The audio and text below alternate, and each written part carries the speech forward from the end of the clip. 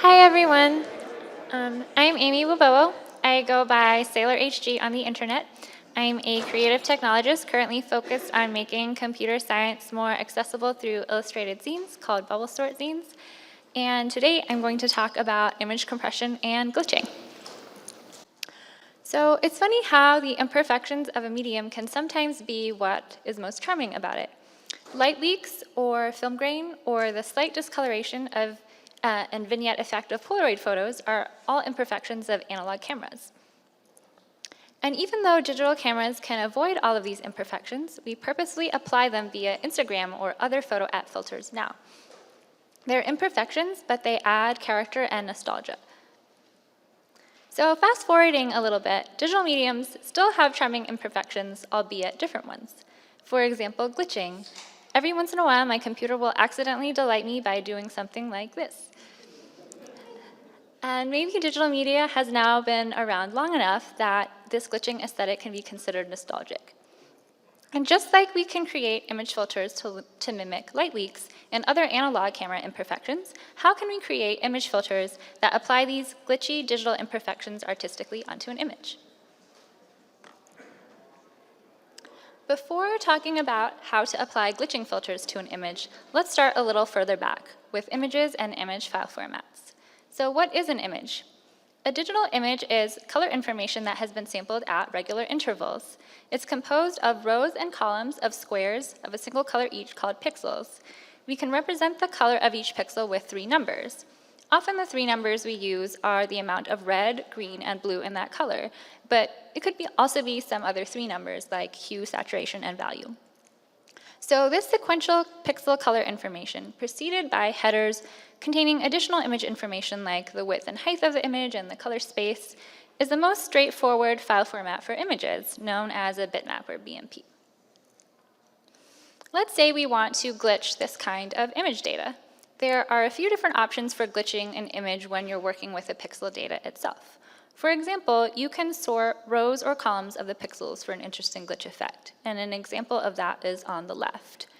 You can also shift random sections of pixels or just shift certain color channels of sections of pixels since all the color data is separate. An example of doing something like that is on the right. And I'll demo an example of a pixel level glitching app that I wrote that randomly shifts a single color channel of random sections of pixels and does this a couple different times. Let's see.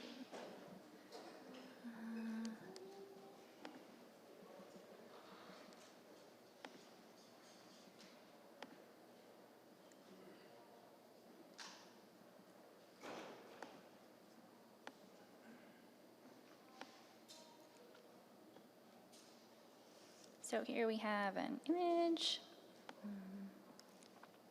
And when we apply a glitch effect to it, it does something like this. Okay.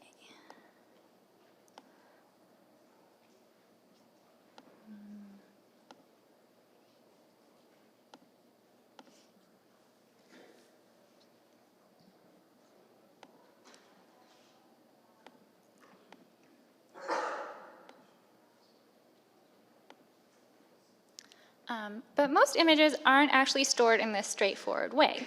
Since images are information, like any other pieces of information, if we want them to take up less space, which we usually do, we can compress them. How do we compress images? As a quick refresher, compression is reducing the amount of space it takes to store information while still keeping its meaning discernible. In the top example, we reduce the number of characters in the message by eliminating redundancies. We combine repeated characters and indicate how many of them are repeated in a row. It's lossless compression because we can create the original using the compressed information, so nothing is lost. In the bottom example, we reduce the number of characters in the message by removing vowels, spaces, and punctuation. We can't tell for sure what the original message was, but we can make a good guess from context. This kind of compression is called lossy because we can't recreate the original using the compressed information. Something was lost. What information can we remove from an image without us being able to notice much of a difference? Let's look at the JPEG file format and what kinds of compression methods it uses. JPEG is a common image file format, especially for photos, and often can reduce the file size to 1/10 of the original with almost no perceptible change. The main underlying theme of JPEG compression is separating out information into layers that contain less to more details.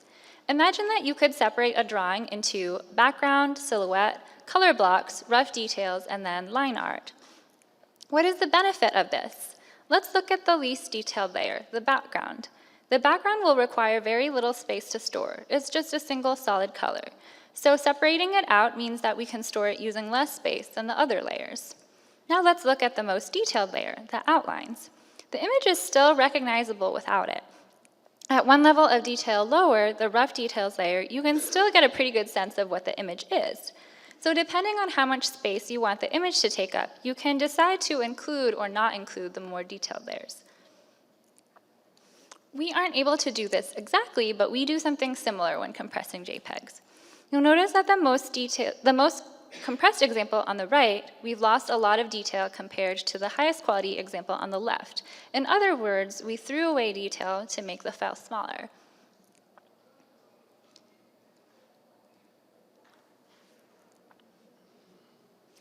So how does JPEG separate an image into layers of varying amounts of detail in order to have a better idea of what can be thrown away? One way that JPEG compression separates the information into more and less detailed layers of information is through color. Let's take a look at separating an image into red, green, and blue layers. Each one of these layers looks like it contains about the same amount of detailed information, so this isn't very helpful. Instead, let's try separating it into luminance, blue-green, and red-green channels. By the way, the luminance channel is an average of the red, green, and blue layers.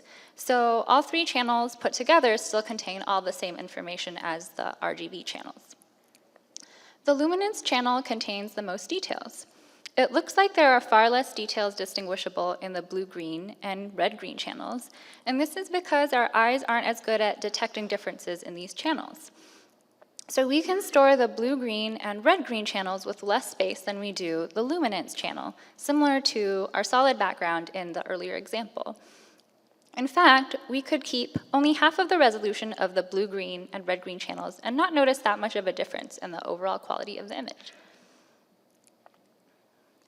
Color isn't the only way we can separate an image into layers with more and less details.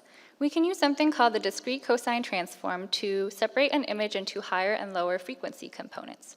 What do we mean by higher and lower frequency components? Let's use the metaphor of a sound file that's a recording of a string quartet. So I played violin in a string quartet throughout high school and college, but I had a lot of friends who played the viola and cello who often complained about getting boring parts compared to the violin parts. And it seemed true that the lower the notes an instrument played, often the less complicated and detailed the parts that they were given. Let's say that we have a recording of a string quartet, and let's say that we want to separate it into layers of different instruments. We want to separate the violins into their own track, the violist into their own track, and the cellist into their own track. We can pass the sound file of the recording through filters that only let certain frequency ranges through and not others. We know that the frequency range of violins is about 196 hertz to 3,136 hertz, and the frequency range of a cello is about 65 hertz to 988 hertz. And because there's some overlap, it won't be an exact separation of instruments, it'll just be approximate. And if we do this, we'll separate the recording not only into separate instruments, each playing at higher and lower frequencies, but we've separated the recording into tracks with more and less details because the higher pitched instruments tend to have the more complicated parts. So we want to do the same thing for an image. We want to run an image through filters that will separate it out into layers of higher and lower frequencies. But while we can do that for a sound file, how do we do that for an image? Well, let's take a look at what a sound file looks like visually. The example is something like on the top. And then when visualized, the luminosity value of each pixel in a row of pixels looks something like the image on the bottom, since the luminosity value of a pixel is some arbitrary number between 0 and 255. So they're actually not that different looking. They're both signals, they're both waveforms, and we can treat them both like waves. And just like we can separate a recording of a quartet into separate layers of different frequency ranges, we can separate an image into separate layers of different frequencies. The official mathematical name for this process of separating out all the different frequencies of a signal is called a Fourier transform. Fourier was a French scientist who in 1822 claimed that any wave can be expressed as a sum of pure sine waves of different amplitudes, frequencies, and phase shifts. And this was later proven to only be true under certain circumstances, but it does work in our case. And this diagram maybe helps illustrate it. The simple sine waves of varying frequencies, amplitudes, and phase shifts can be added together to form a more complicated sine wave. And the reverse is also true. Any wave, including complicated ones, can be expressed as a sum of many pure sine waves of varying frequencies, amplitudes, and phase shifts. Because image data is discrete, not continuous, that is, it's only ever integers, and it's color data sampled at distinct points, each pixel, we can use a special discrete version of the Fourier transform called the discrete cosine transform. To show how it works, let's use a simple toy example. Let's say that we have grayscale data for an image 8 pixels wide. And since the range of data is from 0 to 255, we can subtract all of the data by 128 so that it's centered on the origin the same way that the cosine is. So our end goal is that we want to split up our graph into a bunch of pure sine or cosine waves of different frequencies that, when added together, become that graph. Since we're working with 8 pixel values, here are all the possible pure cosine functions that could make it up, each with a frequency between 0 to 7 half cycles in the range that we're working with. And in case it's unclear how these functions are cosines, remember that we're only working with 8 points, so we're sampling the cosine at each of these 8 points to come up with these graphs. You can see that for the third pure frequency graph, there are 3 half cycles of the cosine graph. And for our 7th pure frequency graph, there are 7 half cycles of the cosine graph. So how can we figure out which of these cosines of different frequencies and in what quantities to add together to get our original graph? This equation. It may look scary, but it's okay. The computer can calculate it for you.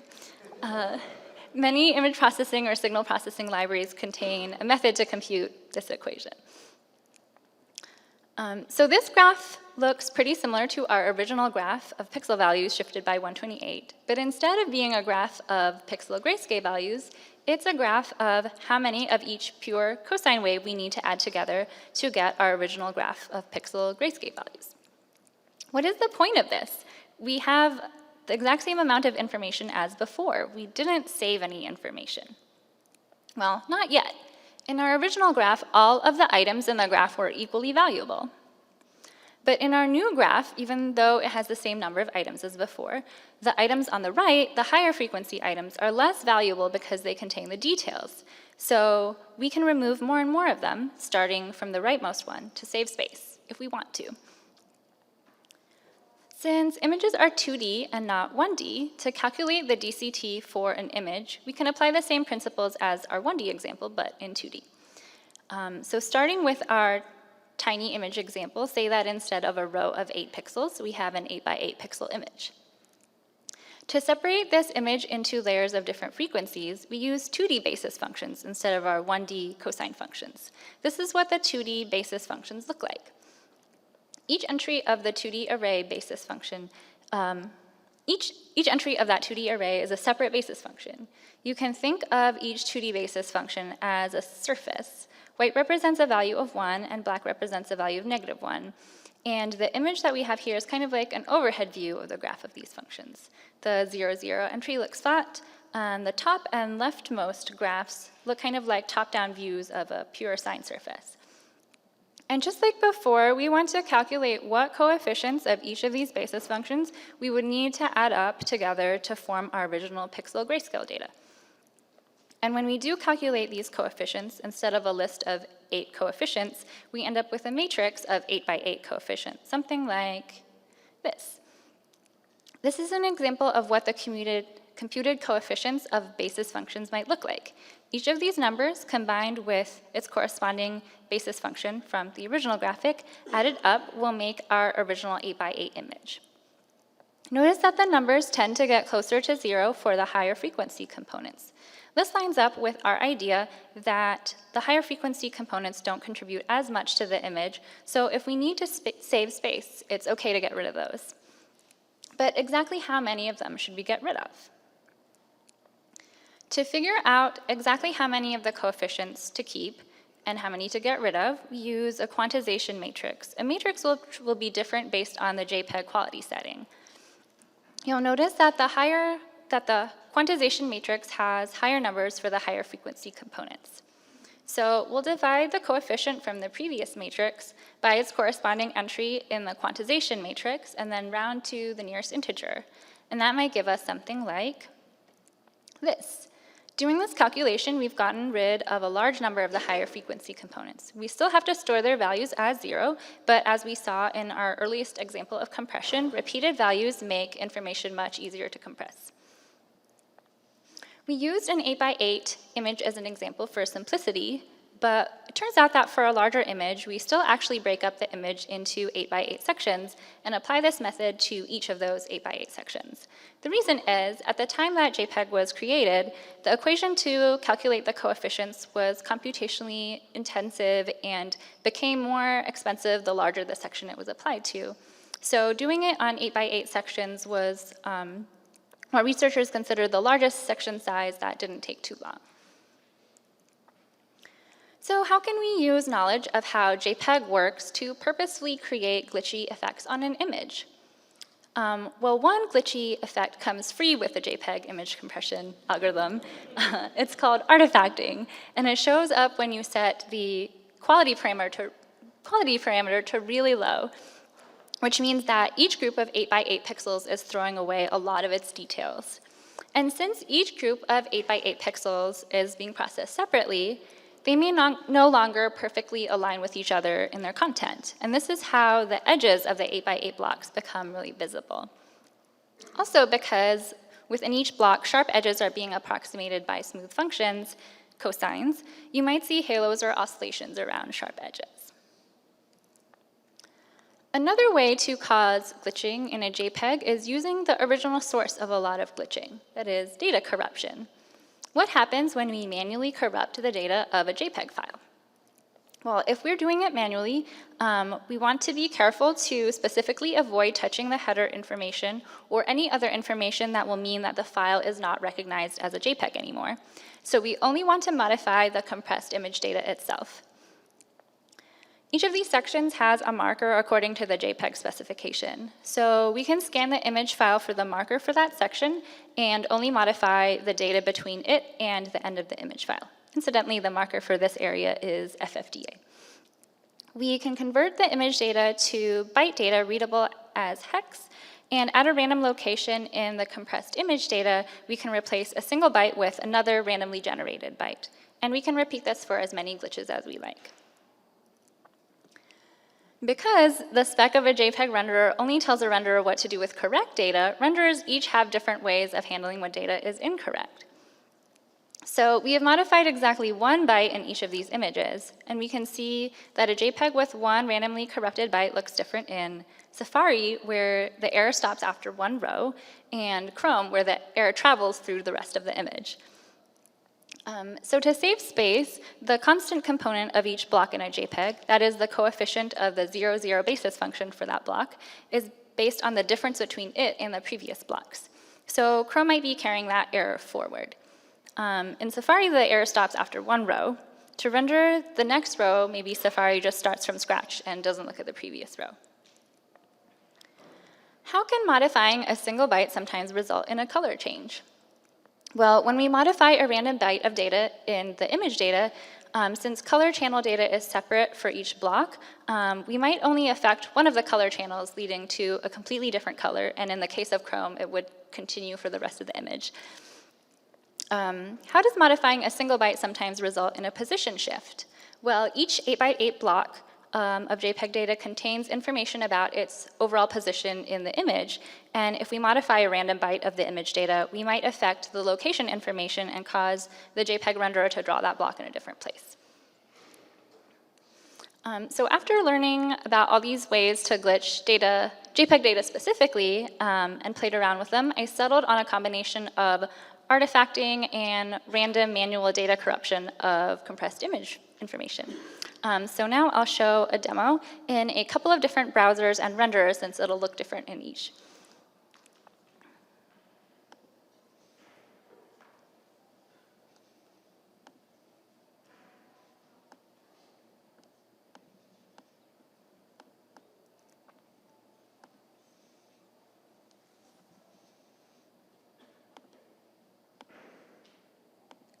Okay, so this example is with Chrome.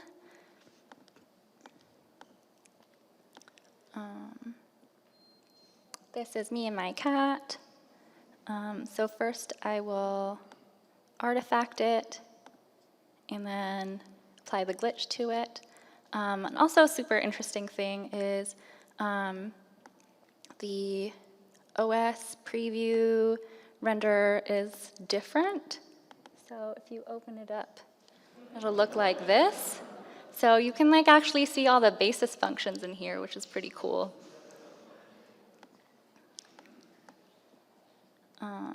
Let's see, open Safari.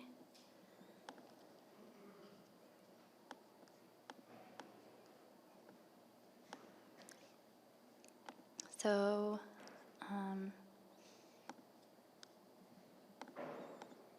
yeah, it's completely different behavior in each.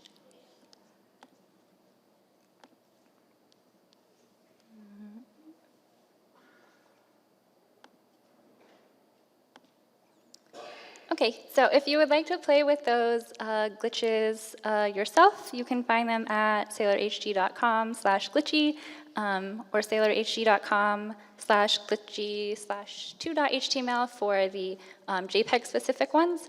And they don't currently work very well on mobile, sorry, so you'll have to look at them on a desktop. But yeah, thanks for having me, and come talk to me if you want to talk about images or glitching or computer science education. Thank you.